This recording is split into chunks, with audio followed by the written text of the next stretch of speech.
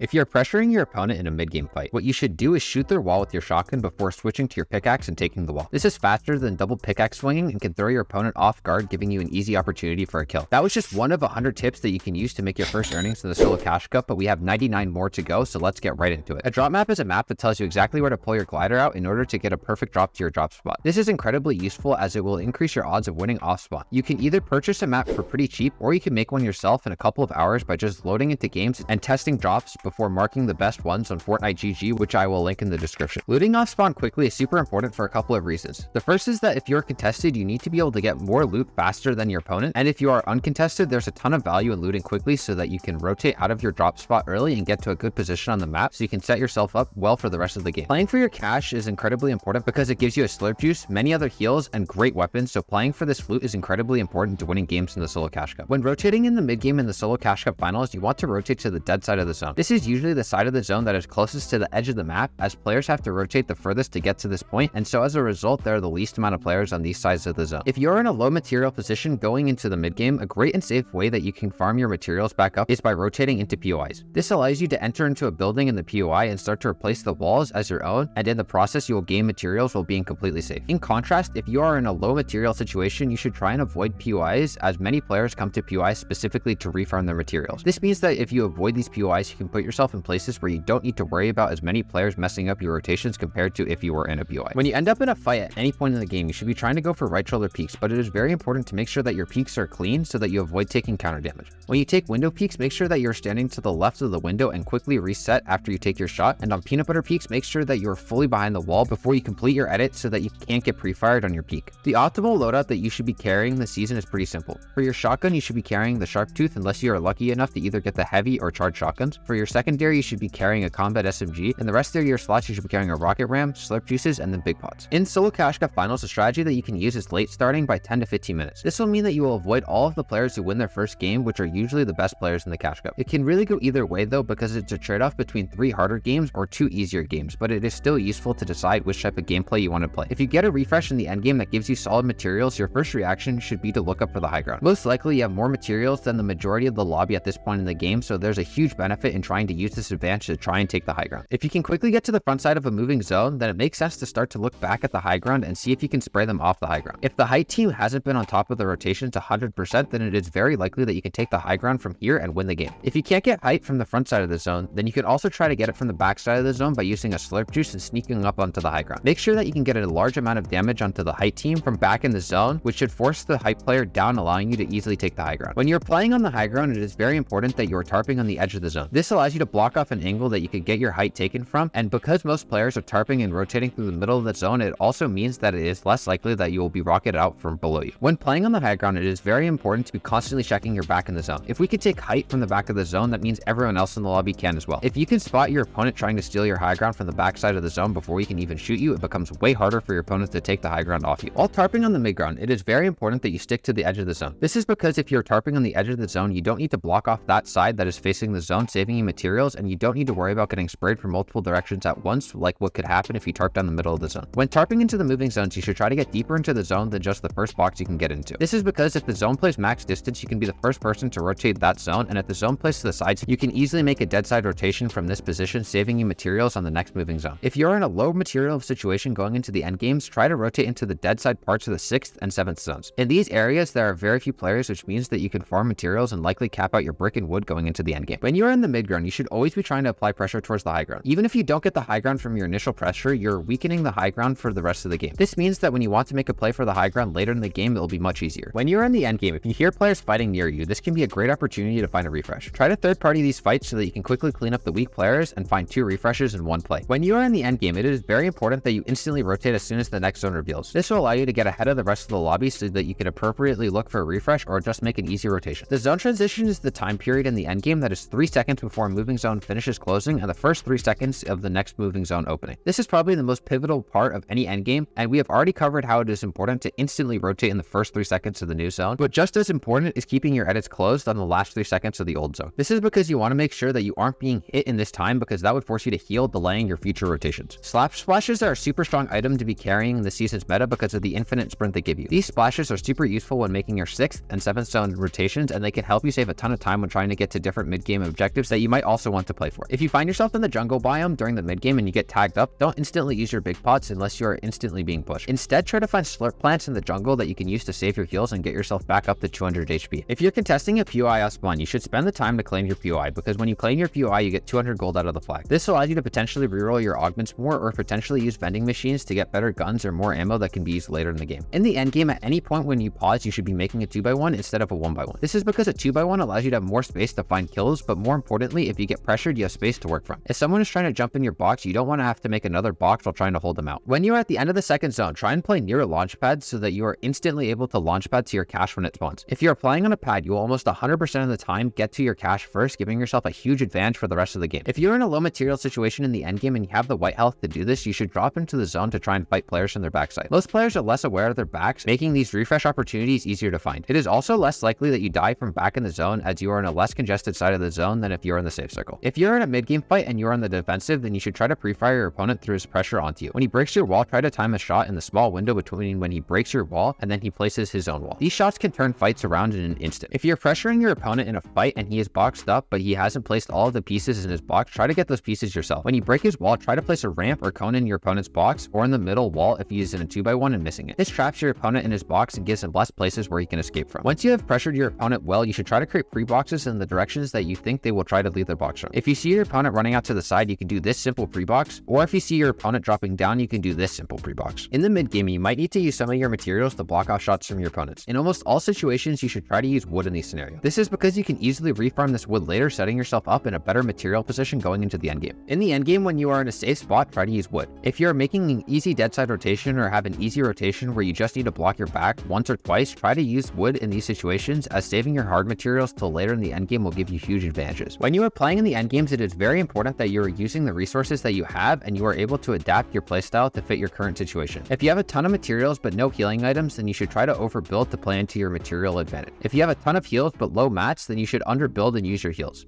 There isn't one way to play endgames correctly, but it is important to focus on what resources that you have so that you play your endgames correctly. When taking an off spawn fight, it is very important to play for every advantage that you can get. If you can get early damage off spawn, that can be hugely beneficial later in the fight. It is also important to play into any loot advantages that you might have. If you get a shotgun, SMG, and 50 shield in 15 seconds, you should probably push your opponent, as it is very unlikely that he is going to have even remotely comparable loot in that time. Before taking mid-game fights, you should always try to get a large damage spray onto your opponent before the fight starts. This allows you to take the fight from the upper foot and pressure your opponent instead of taking a build fight that is bad for both players. In finals especially, it is very important to play for win conditions. There is no value in getting a top 5 in the finals, so if you aren't in a position to win the game, then you should take larger risks to try and win the game. This means playing a little extra aggressive for that refresh, or trying just a few more times for the high ground. If you end up dying making these plays, then it doesn't really matter, because you were just going to die a little bit later if you played it completely safe. Having a consistent positive outlook is so important in the finals of a cash cup. It does not matter if you had a bad first 2 games. If you win the 3rd game, you still make money. It's not like a regular tournament where if you had a bad start, then you need to try to W key to save your tournament. This means that keeping your mental state in check so that you can play 3 games to the highest ability is extremely important. When pressuring your opponent in any fight, it is extremely important to establish exit control. This means blocking off any direction that he could exit his box from. The easiest way to do this is placing a wall on top of the enemy's box so they can't escape out of the top, and then placing either walls on the enemy's sides or floors and cones on top of your opponent. In the end games, it's super important to have checklists of things that you need to be checking. Anytime that you have even a free second, you should be running through a checklist of things that include your heals, your HP, your materials, the zone, and the players alive at any given moment. In the end game, it is super important to be constantly collecting information about the lobby around you. At no point in the game should you just be sitting in a box waiting for something to happen. Even if you're in a perfect spot and have nothing to do for a couple seconds, you should just be trying to pick up as much information as possible. One piece of information that you should be picking up is the terrain. It is extremely important to be paying attention to the terrain that is ahead of you in the zone. Knowing that the zone is about to pull up a hill before the rest of the lobby is a huge advantage and can set you up in a great position in the endgame. In the endgame, if you hear or see a player using minis and you need a refresh, these players are often really good targets. This is because we know they are at least under 150 HP and they will be weaker targets, giving us easier refresh opportunities. In your endgames, you should be trying to play onto the dead side of the moving zones whenever you can. This will allow you to save materials, as it is less likely that you get pressured on this side of the zone, and it keeps you safer as there are less players on this side of the zone, meaning that there are less players who can try and kill you. When looking for a refresh in the endgame, try to box fight from within your tarp. This means that you shouldn't try to just psycho a player with no protection. Instead, try to box up players who are near your walls and stay within your tarps so that if things in your refresh attempt go south, then you still have an easy opportunity to play back into your tarp to reset your situation. Although not as safe as tarping near the edge of the zone, if you can tarp in the endgame near hills, it is still really strong. This is because you can use the hill to protect yourself from one side of the zone, meaning that you could save materials by not having to tarp on that side of the zone, and you can prevent yourself from getting sprayed from multiple angles by blocking off this side. In the mid game, you can use your white health to create very free rotates on the dead side of the zone. Instead of having to run through all this congestion, if you just wrap in the zone down to the dead side, you can make an easy and safe rotation that will set you up for the rest of the game. If you're going to go through the jungle biome, make sure to pick up some mud so that you can slide your way faster through the mid game. In solo cash cups, patience is so important. There's no reason to force an unnecessary fight because you are bored or rush a rotation because you're panicking. Just stop for a second and focus on making clear and correct decisions. Most people don't understand how elo works in the solo cash cup finals, but it's super important to understand how difficult of a lobby you'll be facing. So obviously the first determiner of your elo is points. So if you win your first game, the second and third games will be much harder because you will be playing against a bunch of other players who also won their first game. But what if you have 0 points? Well, there's still elo between these 0-point players, and that is in the tiebreakers of first, average eliminations, and then placement. This means that if you get an 8 kill 30th in your first game, that is probably like the worst outcome that you could ask for, because now you're going to be in a super high elo because of your 8 average eliminations. In the mid game, if you can get exotic heavy shotguns out of hollow chests, then you absolutely should go for it. This shotgun is the best shotgun you can have in the end games, as it one-shots every type of newly built wall, which is the majority of builds in end game. This allows you to either surprise or scare off your opponents, giving you an easier end game. When taking a fight in the mid game, it is extremely important to be constantly switching angles. This means that you should pressure your opponent from his cones, his walls, his floors to try and throw him off guard, so that when you actually go to replace the wall, it is less likely he knows where you are. When you get hit hard in a mid game fight, your first instinct should be to make a ton of space away from your opponent. This allows you to get more time, which can help you get heals off, or in the best case scenario, your opponent tries to pressure you through your builds, in which case you can go out to the side and take safe shots on your opponent through all of your edits. When you have a large HP advantage on your opponent, your first instinct should be to instantly jump in his box to end the fight quickly. Although this is technically a 50-50 because you have such a large HP advantage, you should win this aim duel basically every single time. When you are in your opponent's box taking a 50-50, try to crouch when your opponent is about to shoot. This makes it way more likely that he misses his shot, giving you an easy opportunity to win the fight. The goal here is to learn the timing on every shotgun so that you know from the second that they pull their shotgun out exactly when they will first be able to shoot, so that you can crouch at that exact time. In the mid game and in off spawn fights, you should be abusing crouching around to get the jump on your opponents. If you can sneak onto your opponents so that they are already hit for 90 before the fight starts, this will give you a huge advantage over your opponents. If your opponent is very clearly trying to make the fight you're taking a build fight, don't join him. Instead, just tarp cones around like this and try and break your opponent out so that he falls down. This will save you a ton of materials in your mid game fight and set yourself up better for the end game. When you're playing defensive and your opponent is on your wall, instead of editing your wall to place a cone on him where you could either get a shot onto you or spray out your weakened wall, instead edit out your cone and floor and place a cone on top of your opponent like this to keep yourself protected. If you're looking for a quick shot into your opponent, your first intuition might be to make a peanut butter edit, but this is bad in many situations because oftentimes this edit allows your opponent to run into your box to take a 50-50. Instead, try to take a quick window peek that will allow you to get the same shot but will prevent your opponent from running at you. Although most games this season aren't going to heal off, it is still very important to be aware beforehand when they do. If there's 7 or more players going into the final moving zone, you can expect that there might be a heal offs, and so you should prepare yourself for it. If you don't have a good white heal situation, then you need to go and try and fight for white heals so that you don't waste a perfectly played out game on heal up. In the end game, and especially in the later moving zones, try to play through old builds. Doing this will allow you to make cheaper rotations as you don't have to build in these old builds. When making your 5th, 6th, and 7th zone rotations, try to get other players to build for you by shooting them a little bit, forcing them to cover their backs. This will mean that when you make this rotation yourself, you have already built cover and you don't need to worry about having to build yourself on these rotations. When getting shot at from other players on a hill, the easiest way to cut off all of their line of sight is just to build cones over your head. This blocks off all of their angles for very cheap, and most of the time the player just ends up switching his focus to another player. In the mid game, it is very important to either play in bushes or houses instead of a 1x1 because it avoids players who randomly fight and keeps you consistently safe going into the end game. The easiest way to pick up an easy mid game refresh is to camp your cache. After you have gotten your cache, what you need to do is edit one of the walls so it looks like you have left the box, and then you jump into your cone. This means that when a player comes looking for extra heals from your old cache, you can drop on their head, surprising them and getting yourself a free elimination. Before going into your solo cache cup, you need to have a pre-tournament plan. You should know exactly how to play your drop spot. You're going to rotate the mid game for every type of zone. Whether you're going to be playing for islands or forecast towers or any other strategy, it is important to know this before going into your cache cup games. When you're fighting your opponent and you notice he doesn't have a cone in his box, you can easily place a cone in his box by just looking at the empty space below his box with a cone, and it will snap into his box. One of the biggest risks with the season in the endgame is getting rocketed out of your tarp, but there is a way to prevent this. What you need to do is once you box up, place these 2 walls and a cone on top of your box. This will mean when someone lands on you with a rocket, they will break out all of your build, but they won't hit you for 50 damage or launch you away from the zone. Although it may be tempting, you should absolutely not box dive with the rocket ram unless you are in a 0 material situation. By slamming into someone's box, you are creating a ton of chaos, which unless you absolutely need a refresh is just taking an unnecessary risk. When you are about to be in a very low material situation, your first instinct should be to get to the front side low ground and make a box. From here, you want to start to aggressively look for refreshes, but from the safety of your own builds. This is way more reliable than trying to slowly build less over time time from the backside as you try to find a refresh, and it gives you the opportunity to stay out of the chaos of the backside of the zone for just a little bit longer. The forecast tower spawns in 30 seconds after the first zone closes, and they are absolutely vital to winning games in the finals. You should know exactly where your closest forecast tower is so that you can play for it every time. In the mid game, if you are in a bad material position, you can go into the zone with white heals to farm your materials back up. While in the zone, you are incredibly safe as there are very few players out in the zone, and it can be a great way to set yourself up well going into the end games. If you can't get the card from the forecast tower, then it can be worth it to camp on the forecast towers so that you can kill the player who does get the card. Make sure that you shoot the player early though, because you don't want them to get the forecast tower and then die, as you don't get any of the forecast ability in this scenario. In zero material situations in the endgame, it is really important that you try to stay off the low ground. Try to mantle into the mid-ground layers with warp builds, as it is easier for you to look down onto players on the low ground for refreshes than it is for them to look up at you, and it just keeps you safer as everyone is looking at the low ground for refreshes. Many players, if they can't get a rocket ram, will just run zero mobility, but that is a terrible idea when crash pads are still a very good item. Although you can't box dive with them, you can still make great rotations with them by placing them down in your box and editing a wall before making your rotate. This is a more complex topic, but still really important, and that is mid-game choke points. The main choke point that exists in the mid-game is bodies of water. If you have to make a rotation through a large body of water later on in the mid-game, the edge of the land is a huge choke point where many players will hold you from. Your goal here is to get off these choke points as soon as possible. In this game here, I failed to identify this choke point, and it results in me getting held, and I should have died, but I'm him and hit this 160 bailout pump shot to save my game, but I shouldn't have needed this play if I had just rotated off this choke point instantly instead of spending time here farming. In the mid game, it is very important to understand how dead sides of zone work, but there is an extra variable that could impact how dead the dead sides actually are. If the island spawns on the dead side, it often makes it so that there's no benefit to the dead side of the zone, as a ton of players rotate in that direction in order to play onto the island. Before you make your rotation in either the mid game or end game, you should take a second to look at your rotation first so that you can know exactly what path you're going to take on your rotation. In the end game, if you're on a high layer and need to get down layers,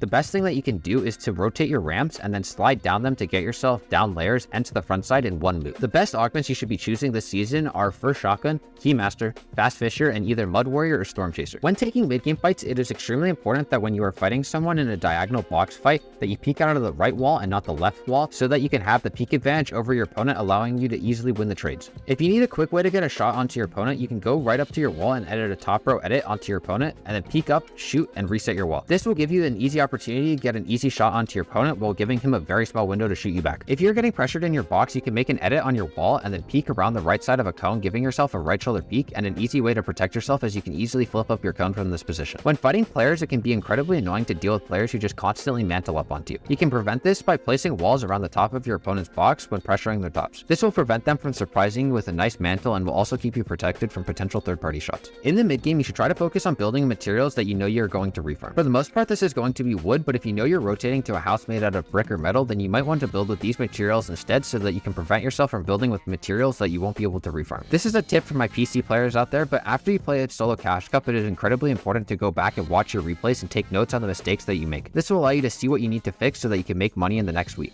If you want to win games in the solo cash cup, then you need to have some endgame experience. This means that it is super important to be playing solo scrims and trying to replicate good practice within these scrims. If you're on NA, I recommend playing NA opens or vital scrims, and if you're on EU, then try and play noble customs. Just as important as scrims, it is really important to be playing a ton of rank. Ranked will allow you to get good fighting practice and push you to feel more comfortable playing the game against good players. When rotating in the later stages of the mid game, try to avoid rotating in between two players. If you have the ability to, try and put yourself to either the left or to the right of these players so that both players don't end up looking at you, resulting in you getting lobby focused. When rotating in the mid game, if you're unsure if there is a player in a box that might hold you, what you want to do is spray out a couple of the walls of the box. If a player rebuilds the walls to protect themselves, then they are in the box. If they don't, then you can comfortably assume that there is no one in the box. Bushes are a great spot to hide in the mid game, but that also means that they are a risk for anyone who isn't in a bush. This is easily counterable by just placing a few ramps over every bush that you end up going past. This will only cost you a couple of materials, but will save your life multiple times. When you're making your mid game rotates, it is incredibly important that you are checking your surroundings in 360 degrees. I see way too many players focus on just rotating ahead of them, but they then get shot from their backs and die. All it takes is to flick around when you're rotating to see if there are any dangers around you, and it can save you from being sneaked on. If you find yourself being sprayed by the entire lobby, try to find ways to use the terrain around you to stop the lobby from spraying you. If there's a little hill or divot that you can use to stop enemy fire, this can be the difference between life and death in these tight scenarios. When making your mid game rotates, try to find ways to cut line of sight or LOS from your opponents. You can cut LOS in many different ways, from hills to houses to trees and bushes, but doing this can save you a ton of heals, as it is harder for you to get randomly tagged up from other players. In the end game, there are two types of tarps that you can do: